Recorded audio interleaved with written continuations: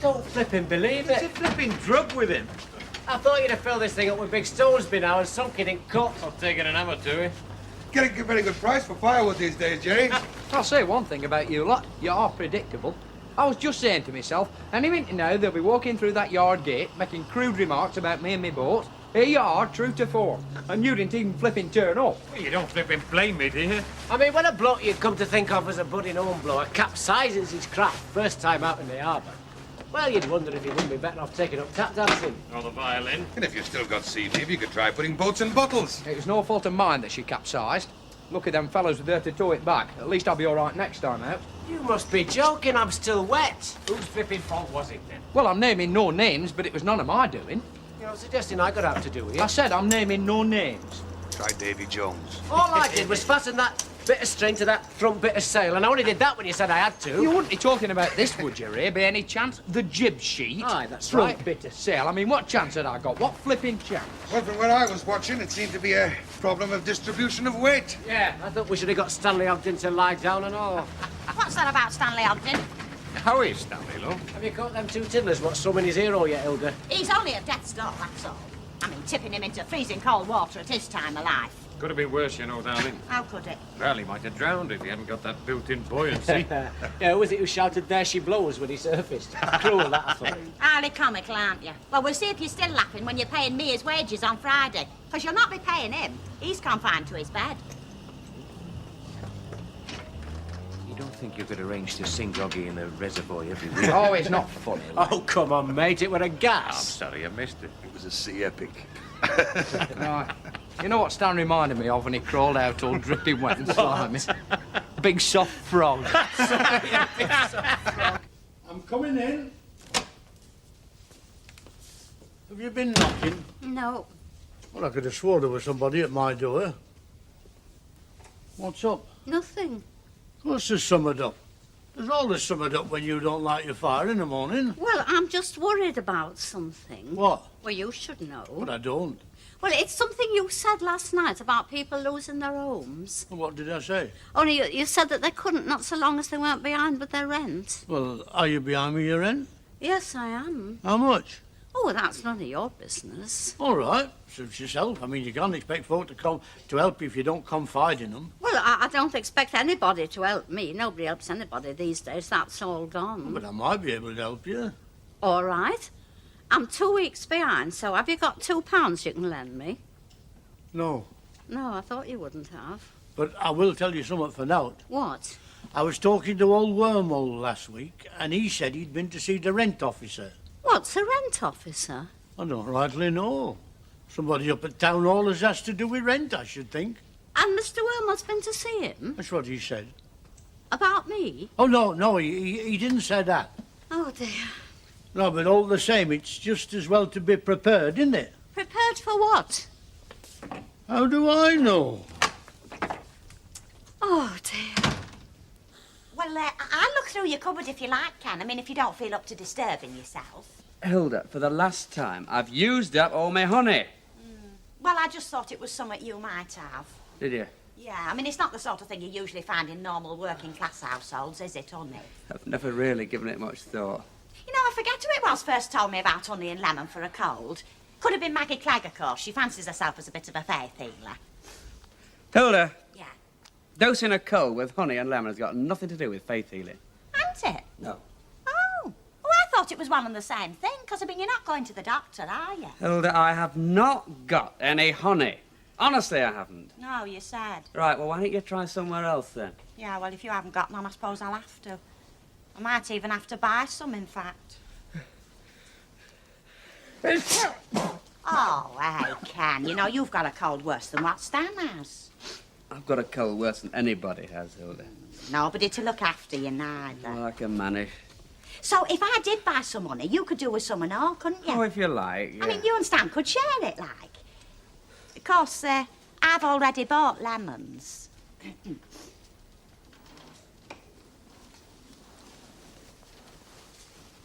Yeah. Will 50p be enough? Oh, yeah, ample time. Right. Hey, lucky I dropped in, weren't it?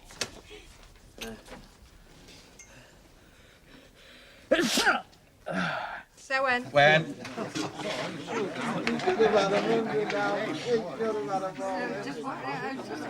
I feel better now. Good, because I'm going to tell you something that might just cause a relapse. Hey? You've not paid me. Oh, honestly, love, I'm on sick, you know. Oh, but you might die, Stanley. Then we'd have to sue your estate for it. And we all know you haven't got any estate. You know, working behind the bar's made you hard, hasn't it?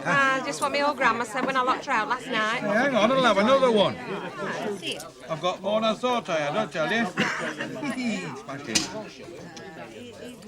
I mean, it is medicine, isn't it? Oh, absolutely. Do you want to talk water? No. I'll kill all the germs on its own. Hello. Give us a couple more 3 pints, please. Oh, thanks. I don't believe it. How do you do? I know just what you're thinking. That fella is a dead ringer for Stanley Ogden. Dead ringer? But we know that the real Stanley Ogden is ill in bed. But who's that?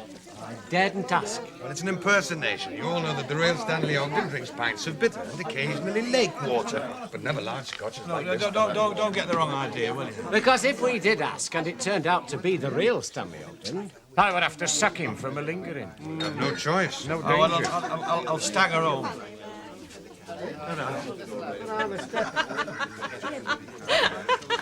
You cruel beggars. You've scared him rotten and him in his state of health and all.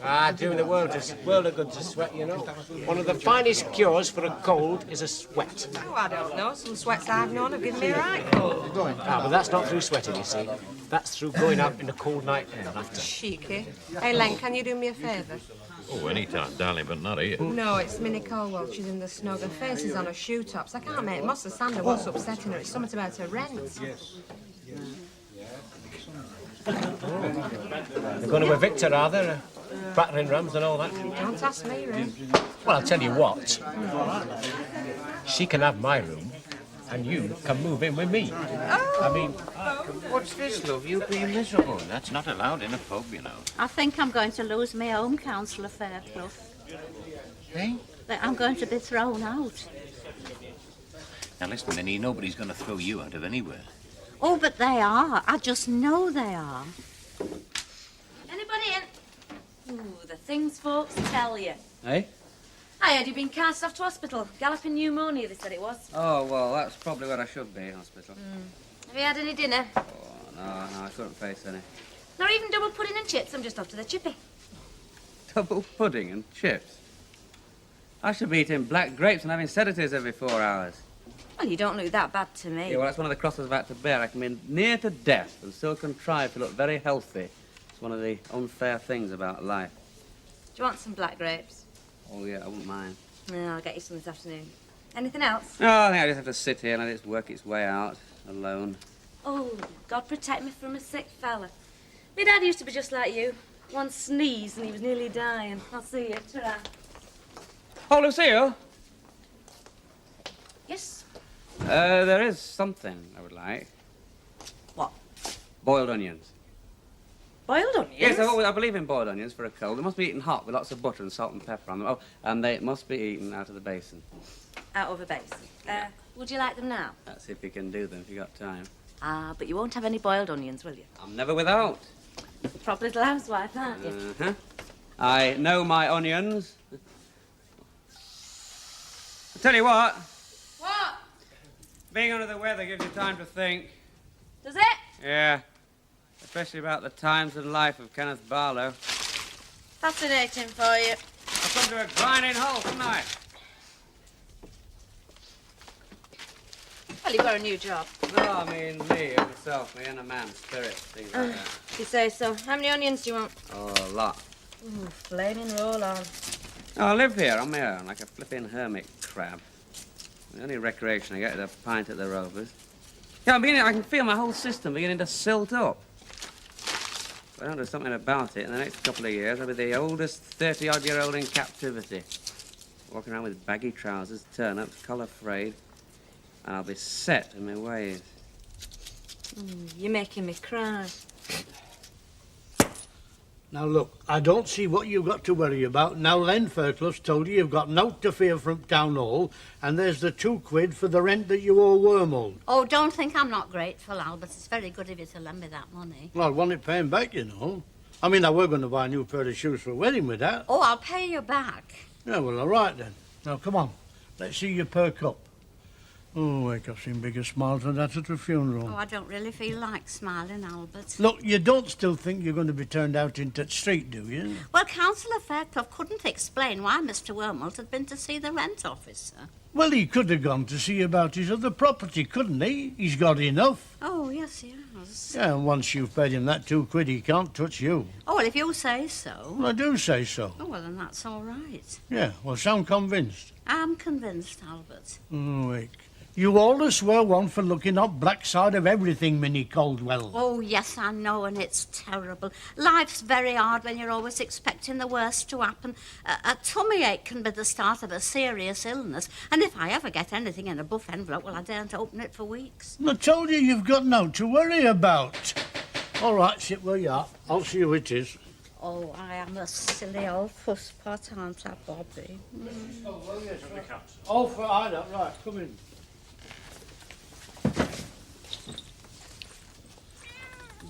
This is Mrs. Caldwell. How do you do? My name's Grimley. He's the rent officer.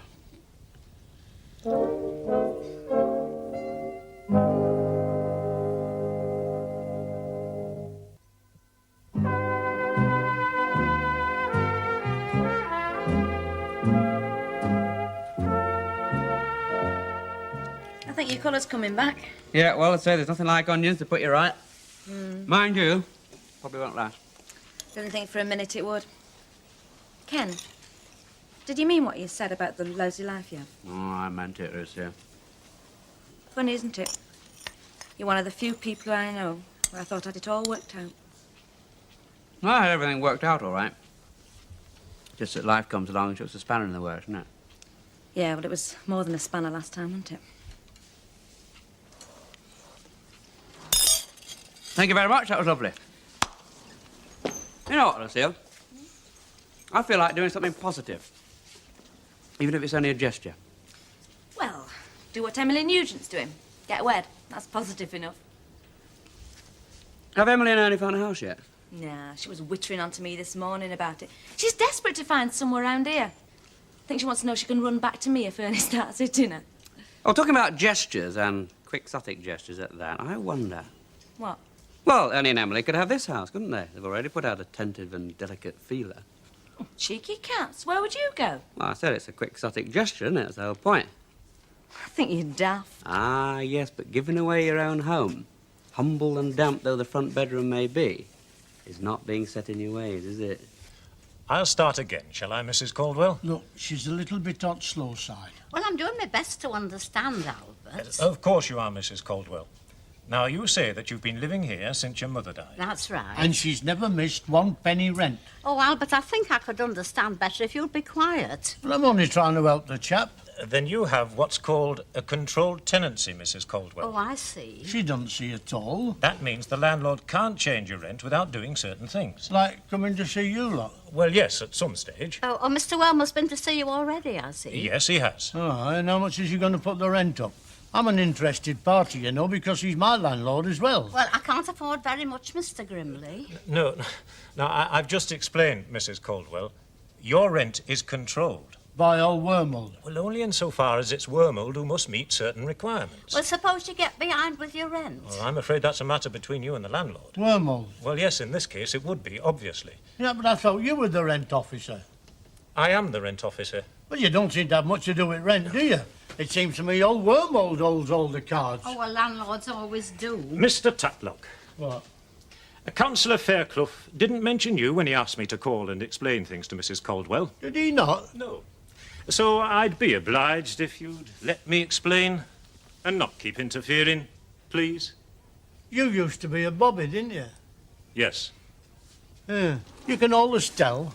Albert, will you let him explain? I'm at my wit's end and all you can do is to make bother. Hey, you lent you that £2. Please, Albert. Well, can I listen then? I mean, like I said, I am an interested party. Oh, let him listen or he'll only sulk for weeks. Now, a controlled tenancy means that before the landlord can increase your rent, he must make certain improvements to the property. Like installing a bathroom, for instance. Oh, is Mr. Wormald thinking of putting the bathroom in then and then putting my rent up? No, I doubt it, Mrs. Caldwell. I gather he's not exactly a progressive landlord. Skin a flea, he would. Well, what are you saying, Mr. Grimley? That you've got naught to worry about, like I told you in the first place. Exactly, and that's what Councillor Fairclough wanted me to convince you of. Ah, and it's taken you long enough to do it, isn't it? His heart's in the right place.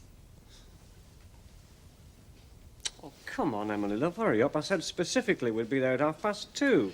In any case, as a special concession, Mrs. Walker said 15 minutes was all we could have together in your room. Well, I'm being as quick as I can, Ernest. Anyway, I don't really see the point of buying a new bedroom suite if we've nowhere for it to go. Ah, Fred Dawson said he'd store it for us till we did find somewhere. Till? Look, I'm getting it trade because of all the work I've done for him. We'd be daft to say no. I'm sorry, Ernest. My nerves aren't just fraying, they're shredding. There are more drawbacks to getting married at 40 than I thought. Such as? Well, you don't have somebody like a mother to do all the fiddling things like the guest list, present list. Hilda Ogden's lost hers. Guest list or present list? Present. Wonder what she'll give us. Mine boggles. I'm getting quite excited about the presents. Dangerous, Emily. Well, a list should stop us having too many duplications. But we don't exactly live in a stockbroker belt, do we? You mean they'll be, modest? Oh, bound to be. I read the other day that a man bought his bride-to-be daughter a new car all tied up in pink ribbon. Oh, but Tatlock could just about manage the ribbon. Anyway, it's the thought that counts, isn't it? Oh, the bigger the expense, the bigger the thought, though. Oh, Ernest. Come on, come on. Bye, I can't do a roaring trade in boiling water today. Oh, you don't charge for water, do you? Of course we do. Take no notice of it, Ken. Seeing it's medicinal, I recommend only the best. I think my mother used to warn me about going into pubs. Cheers. Not very busy, Alan? Very good. No? I'm sorry, Mrs. Walker, I was miles away. No, I left Colin in charge. I've got some thinking to do. Another pint? Yes, please. What? I had a complaint from an insurance company about a Ministry of Transport certificate issued recently. Routine and red tape, don't we know? Trouble is, Mrs. Walker, I didn't issue it. Kenneth, how are you feeling? Oh, she's never asked me that since the day I proposed to her. Do you think it's significant? You're snared now. Concern is wasted. Thank you very much. Well, let's just say I'm holding my own, no more. You look great to me, Ken. That's just a feverish flush. No, actually, I'm glad I've seen you two. Hey, you're going to be well enough to be my best man, aren't you? Well, if he's not, there's always Stan Ogden, Ernie. No, I've got a wedding present for you. Oh, something done up in pink ribbons, like a car, for instance? Car? Ernest. Oh, sorry, a joke. Oh, you can have the house. Another joke.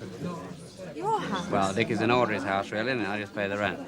Oh, thank you, Ken, but we couldn't accept. I mean... No questions. Let's just say it'll probably do me as much good to move out as it will do you two to move in.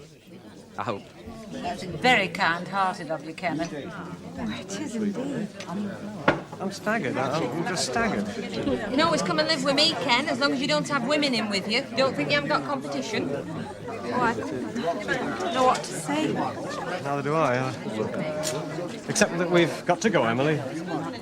Thank you, Ken, very, very much. Likewise. Oh, I'd have been in tears in another minute. Me too. Afternoon. Oh, by the way, if you'd like to drop in sometime when you're passing, I've got your wedding presents. Oh, thank you, Mrs. Ogden, I will. It's a cruet. A cruet? Yeah. Oh, it's lovely, honest. Of course, I know it wasn't exactly on your list, but then, well, the list's only for guidance, isn't it? A cruet. Salt of the earth, the Ogdens. Joe. It's a couple of hours since he were in Hilda. He left rather sudden like when Len and Ray walked in. Yeah, I'll bet he did. I'll give him a flipping cold. I'll paralyse him. Hilda, did you get that honey? Oh, well, no. I mean, when I found out he'd scarpered, there didn't seem to be much point. Oh.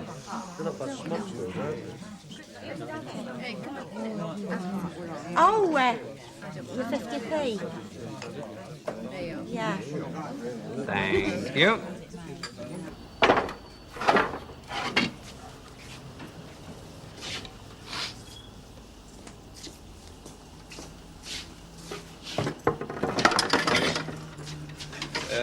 Jerry. Stan. Thought you was on your deathbed or something. Len in there, No, No, but... Stanley, but I am. Oh, well, it's about me being in the Rovers when I was supposed to be on the sick, you know. Oh, that were you then, were it? What's it with me? Heavily disguised or something, were you, Stan? No, just as I am. Well, these two comedians... That is not a tone I would be taking, Stanley. Not after your recent admission. Oh, well, you see, what happened was this. Harold, they wanted to fill me up with lemon and honey and that, you know, and I thought, now, which is the quickest way to get back, to get back to work? And you decided alcohol? Well, naturally. Well, alcohol's no good for a cold. Eh? It's been proved it's no wives' tale. Old flaming booze's tale, more like. I felt better after a couple of whiskies, I'll tell you. That's 'cause you was never ill in the first place. Because I was in a flipping orange box in the water in March. Now, look, that orange box, Stanley, is a Heron-class sailing dinghy. Overall length, 11'3", beam 4'6". It's an orange box. Oh, no, it's not a second thoughts, no, because an orange box floats. And that flipping thing doesn't. Don't it? No. Don't it just? Well, I'll prove to you whether it floats or not next time I take it out. And with a proper crew. Not a couple of cack-handed landlubbers. Hey, that's a bit strong, Jerry. Well, what else were you, eh? Because it weren't me who nearly sunk that boat there. That beautiful little craft. It was one of you two. Likely as not both of you. And next time either of you as much as goes within touching distance of that and makes one more stupid crack, I'll thump him. I'll turn his head round so he's looking out back of his shirt. He's still on about that flaming boat. I'm going to take an axe to it. And what are you doing here? Look, about me being the Rovers, I want to explain. Oh. You know. Yeah. Hilda, assuming that you're ill, tells me that you're sick. You're very, very sick. Yeah. But as you've been seen supping and walking about now, you can deal in your own flaming time and not mine. I'll see you on Monday. Hey, that's not fair. On Monday. Right, that's where you want it. You bosses can wield the big stick now, can't you? I mean, there's a million others besides me on the cobbles. So you see, thanks to Councillor Fairclough, everything's all right now. I'm very pleased, Mrs. Caldwell. Only another problem's cropped up since. Oh? Have you seen Miss Nugent's list of guests No, for the she's wedding? working on it. Oh, she's finished it. That'll be a load off her mind. So easy to offend. Oh, that's just it. What is? Ina's not on it. Oh, dear. But it's all right. Oh? Yes, Albert's going to see into it. But won't that make things worse? Oh, very likely. Only it'll take our mind off the state of the world, won't it? Sure. Really, Raymond, a hesitant cough would have been quite as efficient. That is not so, Mrs. Walker. If I'd have given that hesitant cough, you would have kept on chewing the fat with Ina Sharple's torpedo over there. Mine's a pint. What are you having, Ernie? Well, I don't really want anything, thanks, but seeing how you practically dragged me in off the street, I'll have dry sherry, please. Right. It's my intention, mate, to keep you well tanked up between now and the week after next. It's your last chance to be happy, I'll tell you. That was kind of Kenneth, wasn't it, Ernest? Yes, it was, Mrs. Walker, it really was. Yes, we've already been in touch with the Flemings. Audrey's coming round to see us. Audrey Fleming? Yeah, a nice girl. Oh, what's she coming for? Oh, well, we may be taking over their house from Ken. Oh, I see. You know Audrey, then, do you? Yeah. Yeah, we used to be very friendly. Very friendly indeed.